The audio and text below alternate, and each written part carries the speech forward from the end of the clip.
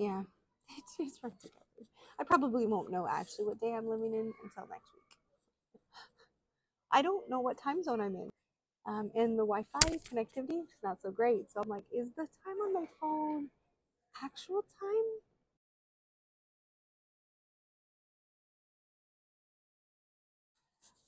I always have the intent to like vlog um, while on the trip, but it's just it's so busy and like just kind of going from what God is doing from moment to moment. And by the time you have like those moments to like vlog, you're just ready to crash.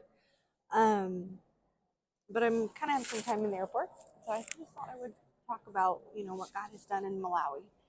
Um, since I didn't do very well in the last couple countries at like reporting, um, like people to follow. But it's always like such a like such a letdown, like in the go home process because it's so high key. Like you're just kind of going all the time and pouring out. It's so worth it. It's so worth it. And I mean, like, like what really can you do in a week? But like on the plane, I was just kind of thinking, contemplating that because I ended up sitting by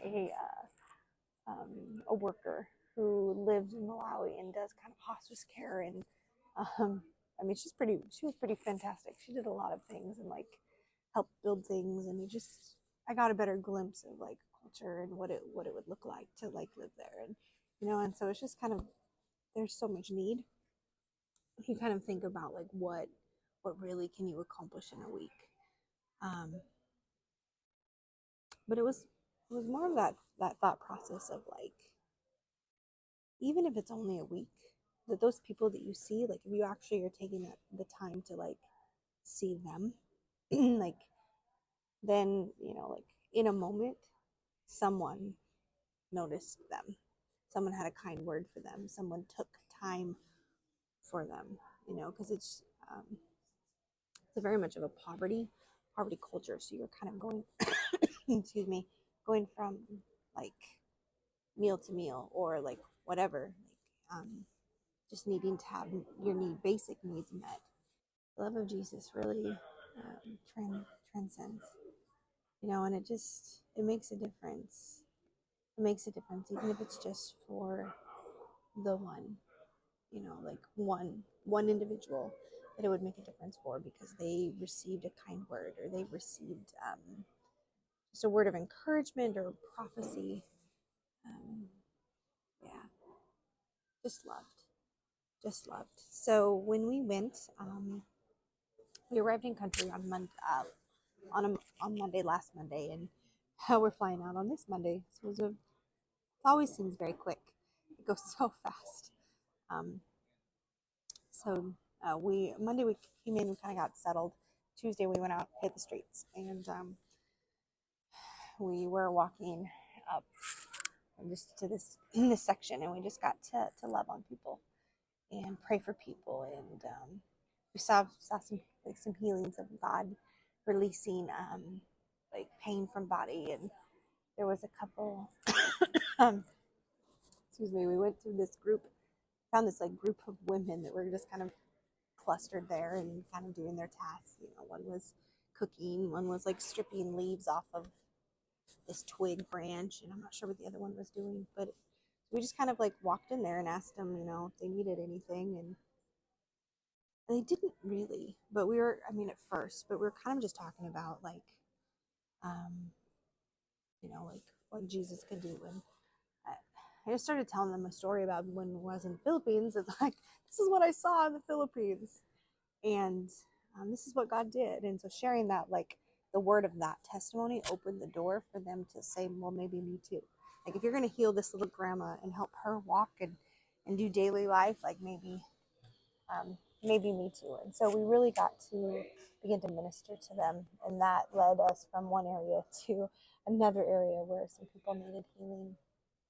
Um, it's just amazing being able to like work with a translator and talk to people in their language and just kind of love on them where they are. Day two, we went to another location. And each day we kind of split up the teams. So, I mean, which was unique because I don't think we had really done that in the other couple trips that I've taken. But it's nice to be able to experience how different people love people, like what that looks like. And if there's areas where we can like pack on what they're doing, like, oh, like I see what you're doing here and that's pretty effective. Maybe I will put that your tool in my belt and pull that out, the next time. Um, so day 2, I ended up going out with my friend Steven, and I mean, it was just fun. Steven is a joy bubble who loves Jesus and really expects the impossible. And so I just appreciate him.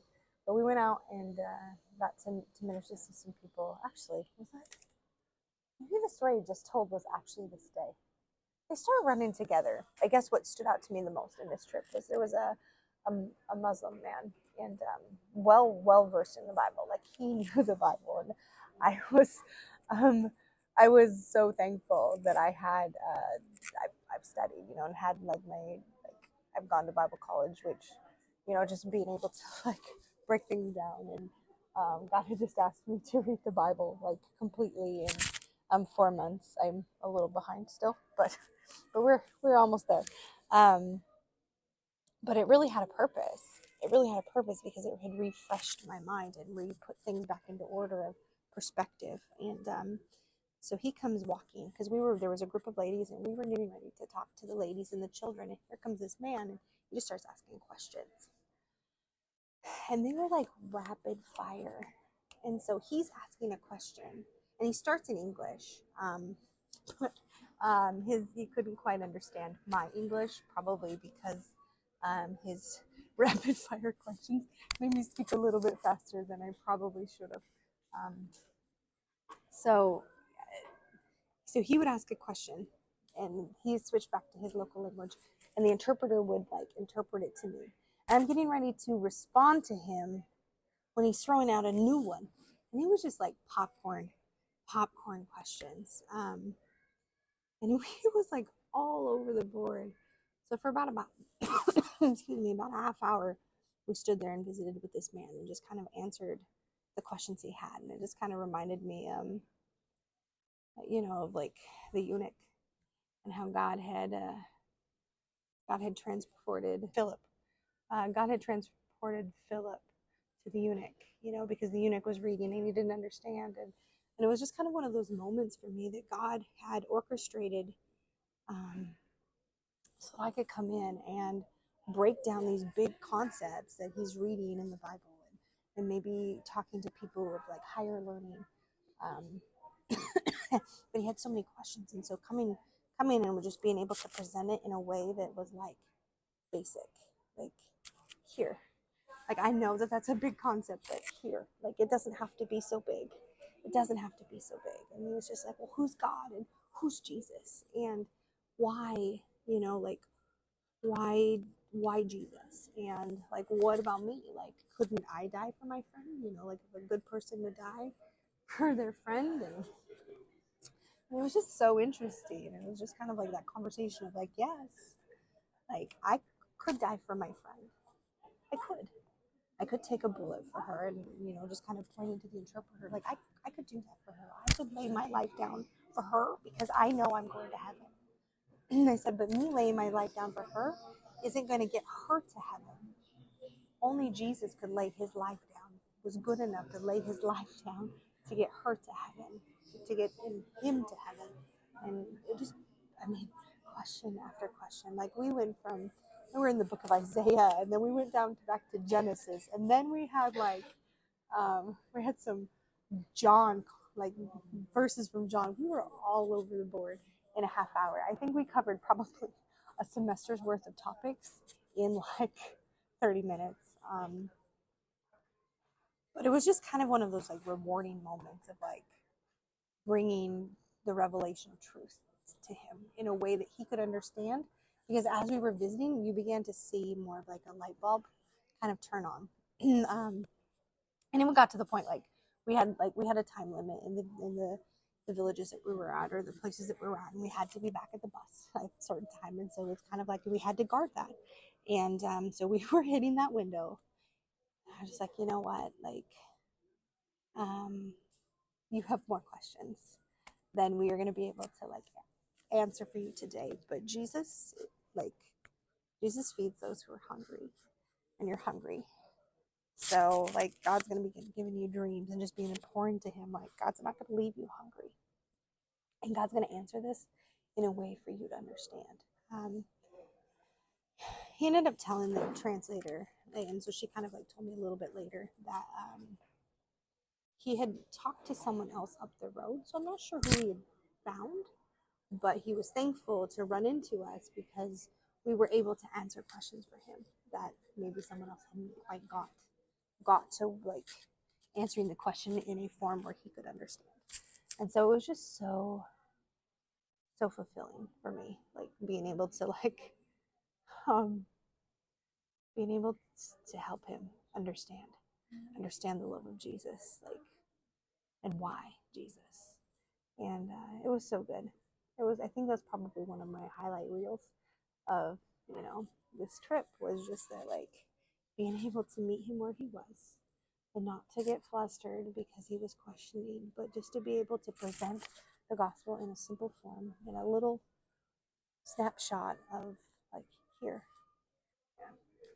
So Thursday we went out, and Thursday is like crusade night one. And so we kind of go out and pray in the crusades, the grounds before. So we'll pray for the grounds, and then we kind of go out and like invite the people to come in that area. And so we went out and kind of wandered this pathway, and we came across this little grandma who had pain in her leg. Um, I think it was like her hips and her knees. And so I prayed for her. Um, I have Kim blooper reel ready. it just happens to me, right? So I'm there, like, I'm like squatted down, and I need to learn to pray with my eyes open. I really do, because it's just like, um, you just sometimes you just need to be aware of what's going on around you. And I would have saved myself a moment if I would have been aware. So I'm like crouched down because this little grandma lady is sitting on a mat, and she's picking leaves off of something. She's doing something. And so I laid my hand on her leg, and my eyes were shut, and I'm praying for her and just releasing healing into her. And all of a sudden, there is something getting my ankle.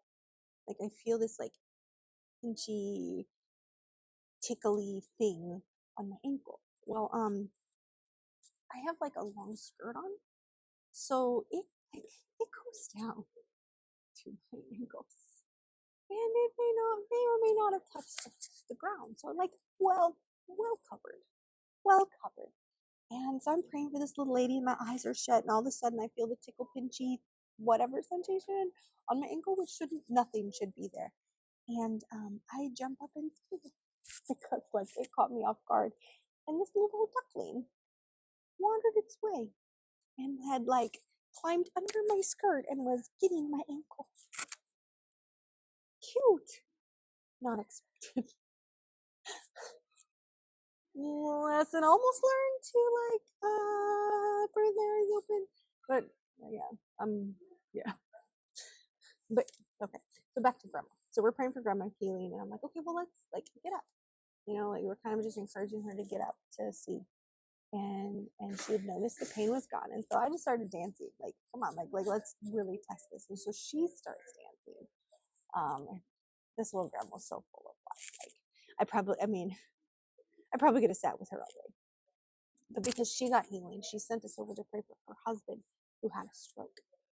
And because he was kind of propped up and he was struggling, because as I was praying for her, I kind of saw him trying to sit up, and he was struggling. And so there was like a post kind of thing that he had propped himself up against. And so we went over to pray for him, and kind of just told him that Jesus has sent us from the States so that he could have healing. And by the time we were like done praying, like, he didn't have, like, his healing wasn't fully complete, but he was able to move his leg more and like lift his arm.